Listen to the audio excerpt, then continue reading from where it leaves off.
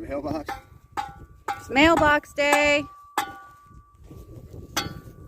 Daniel's taking some practice runs with the rubber mallet. We are deciding on placement according to the postmaster and losing the mailbox. And the dogs are playing.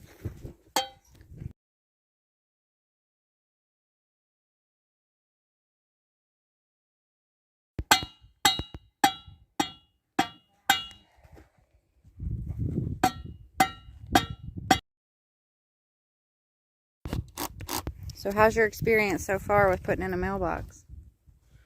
It's very good. Oh man. No complaints whatsoever. So we went with You should have already had this done. the stake in the ground instead of concrete, and then a galvanized steel mailbox assembly. So we got the stake in the ground, we cut our 4x4, and now we are assembling the galvanized steel.